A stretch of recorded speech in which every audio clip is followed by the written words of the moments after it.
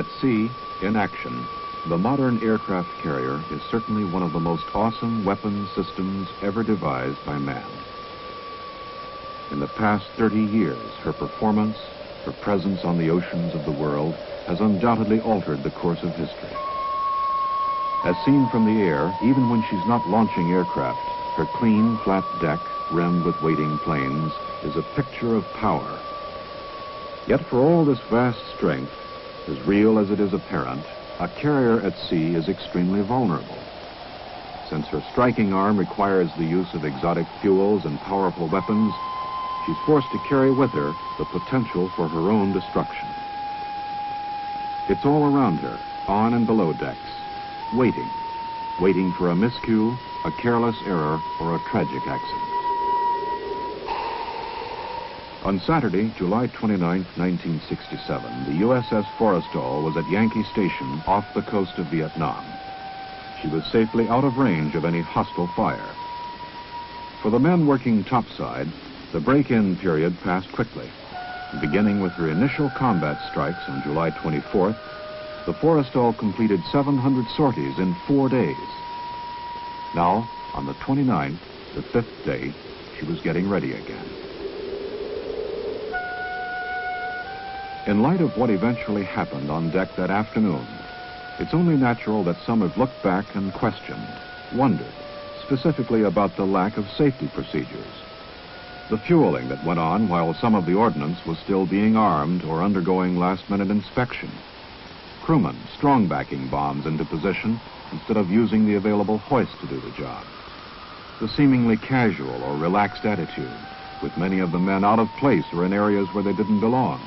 More than a handful of them out of uniform or without protective gear of any kind. How important were these factors? Were they part of an overall pattern that could end only in tragedy? Or weren't they important at all?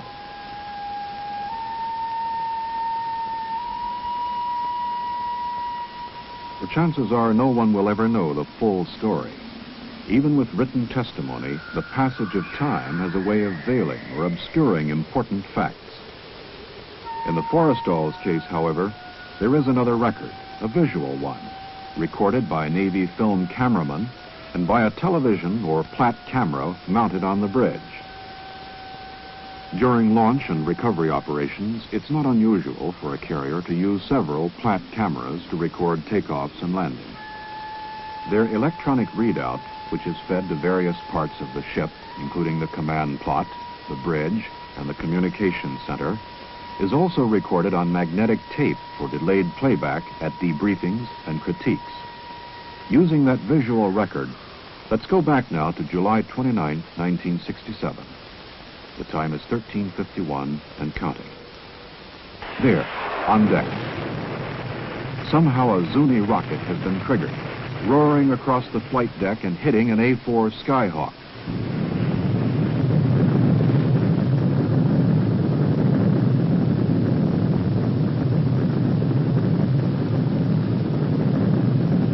A sheet of flame from the A-4's ruptured fuel tank has enveloped the Skyhawk and her immediate neighbors. Behind that curtain of smoke, 2 1,000-pound bombs have already dropped from her wings onto the burning deck. Here, almost at mid-screen, we see a crash crew chief moving toward the flames with a Purple K fire extinguisher. His only thought, the trapped pilots in those planes. Fire! Fire! Fire! Fire on a flight deck! Fire on a flight deck! All hands, man your battle station! All hands, man your battle station! In order to control the fire, the captain orders the Forrestal to slow speed. Back on the flight deck, with precious seconds ticking away, things have started to go wrong. Fire has completely blanketed the stern fire main loop, making its plugs inaccessible, and the next to the last loop aft has developed pump trouble. The only alternative is to haul hoses aft from the forward stations. And this takes time, precious time. 13:52 and 43 seconds. The 2 main fire parties are now on deck working close to the flames, but so far only one hose is actually operating.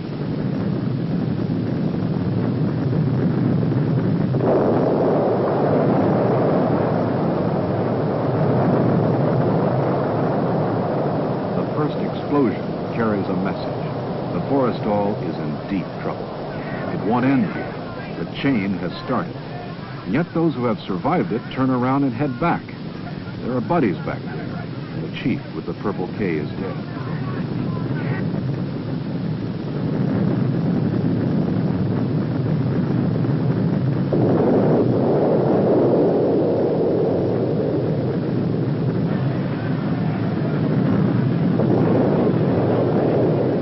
Fire at sea is the ultimate nightmare for any sailor. You can't run away from it. There's nowhere to go.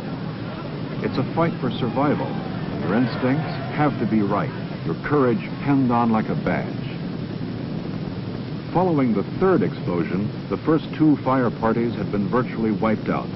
The fire was now completely out of control. A great ship was on the verge of dying. To save her, other men were going to have to go back on deck, most of them without sufficient training in firefighting techniques.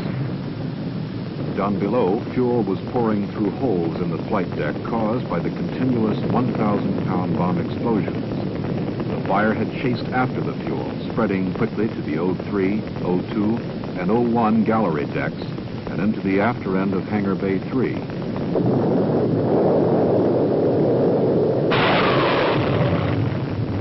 Topside, the only hope was that the explosions would somehow subside. Until they did, no firefighting team could possibly survive on deck. In all, during the fire's first 5 minutes, 9 major explosions would take place on the flight deck.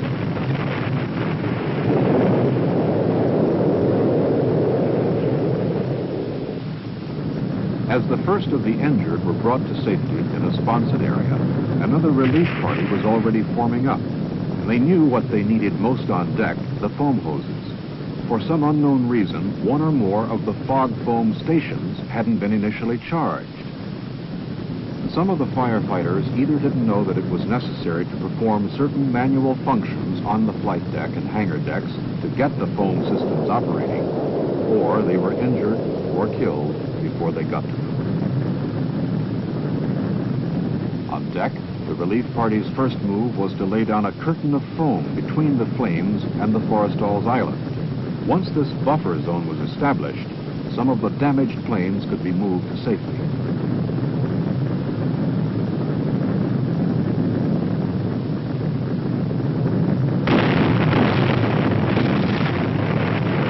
Along the port side, where most of the armed aircraft were parked, things were still out of control.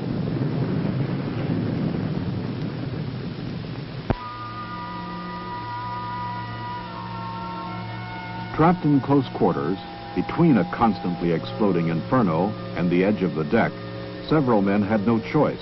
They went overboard. Some were actually blown over the side. Luckily for the ones who survived the experience, rescue helicopters from the carrier Oriskany and 2 destroyers had arrived on the scene. As quickly as they could, they swept into the Forrestal's wake to make pickups. Here, on the lower left-hand corner of the Platt camera picture, is further evidence of a successful team effort. Notice that a fog nozzle has been correctly brought into play over the heads of the firefighters to protect them as they work.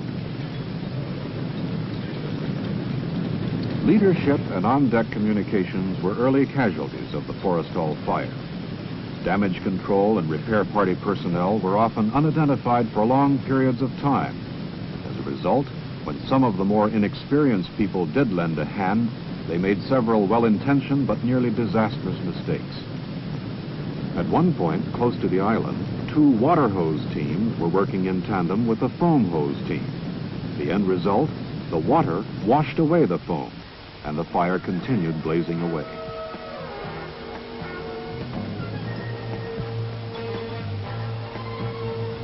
But whatever their faults, whatever mistakes they made, it's impossible to fault their courage. Before this day was over, 134 of them would pay with their lives or be listed as missing.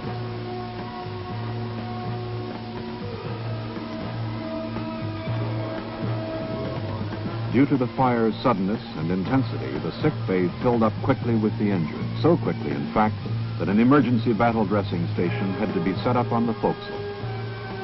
Less than an hour after the fire broke out, word came from Da Nang that the hospital ship Repose was on its way and would be there the following morning. Meanwhile, the two destroyers in the immediate vicinity took turns moving in to supply what they could and continued picking up firefighters who had gone overboard.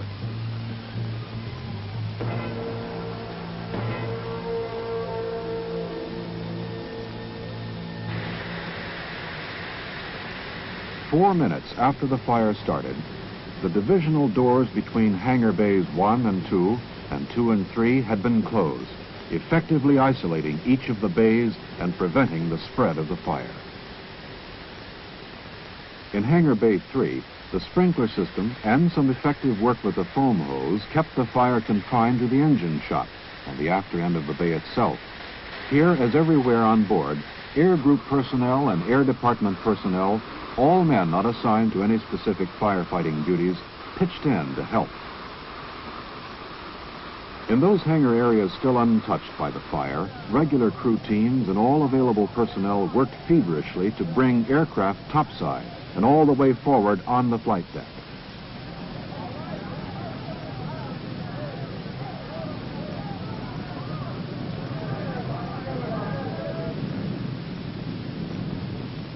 In one of the sponson areas, the firefighters had decided to stay with it.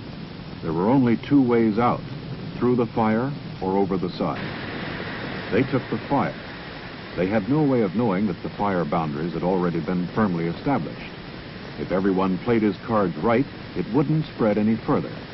The flames could now be fought aft progressively, compartment by compartment, textbook fashion, until the fire was out.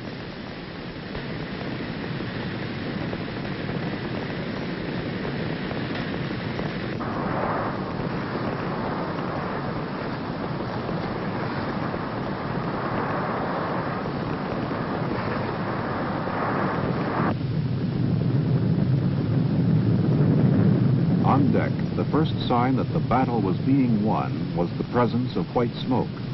Obviously, the foam and fog nozzle teams were doing an effective job. But here and there, several glaring errors were still being committed. Several hose teams had men who were without shirts or protective gear of any kind.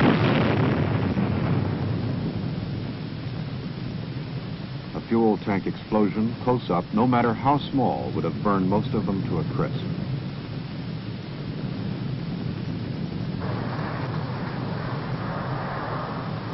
And almost unbelievably, some of the water hose teams were still hard at work washing away the protective blanket the foam teams had laid down. Here and there, black smoke had actually started rising again.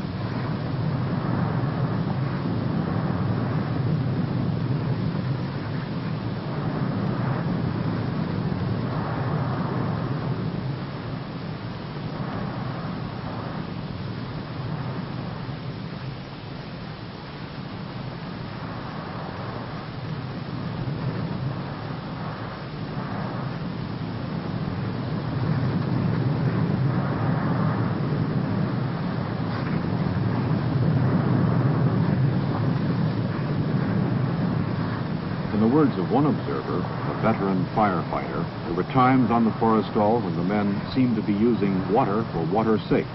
If they found an open hole caused by one of the bomb explosions, they just kept pouring water in it. As a result, the Forrestal suffered thousands of dollars worth of damage to its onboard computers and several other pieces of intricate gear which hadn't been directly threatened by the fire.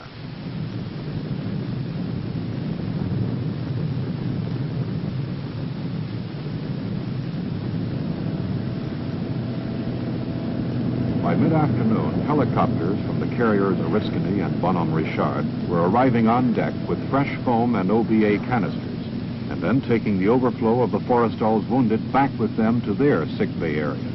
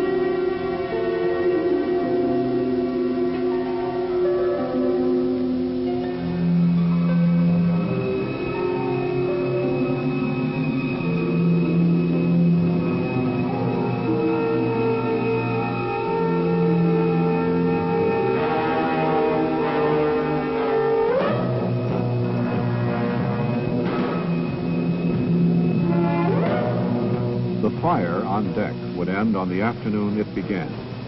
The fires below would rage on through the night and into the evening of the following day.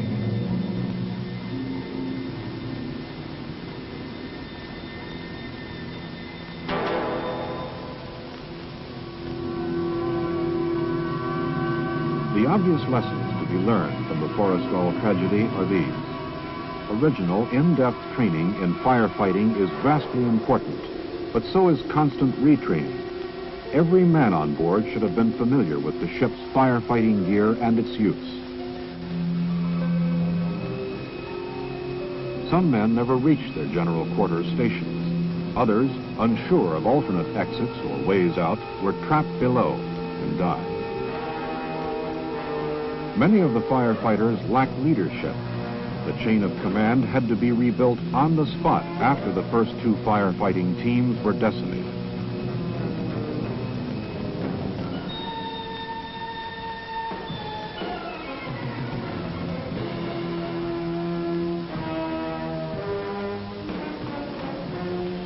Too much time was spent struggling with items like the OBA. Some of the men actually had to stop and read the instructions before they could use them.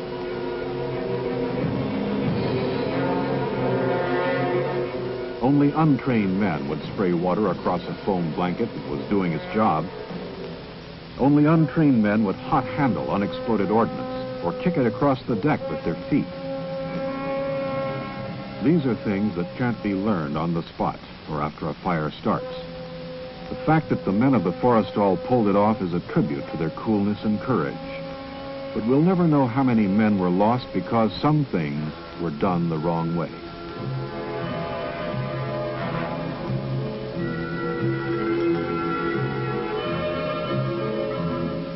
In all, 134 men were listed as killed or missing. Damage to the ship, exclusive of aircraft and other air equipment, was estimated in excess of $72 million. The Forrestal fire is a story of extraordinary heroism, trial and error under unbelievable pressure, and tragic death. It's a story that the Navy clearly would rather not live over again. So learn your firefighting techniques, then relearn them. But learn them. Learn or burn, baby. Learn or burn.